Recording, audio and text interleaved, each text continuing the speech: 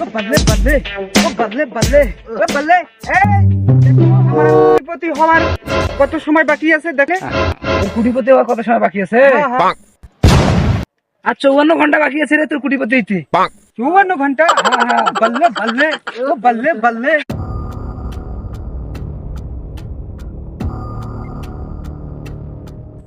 এ বাবা ওই রকম করে নাচেছেন কেন?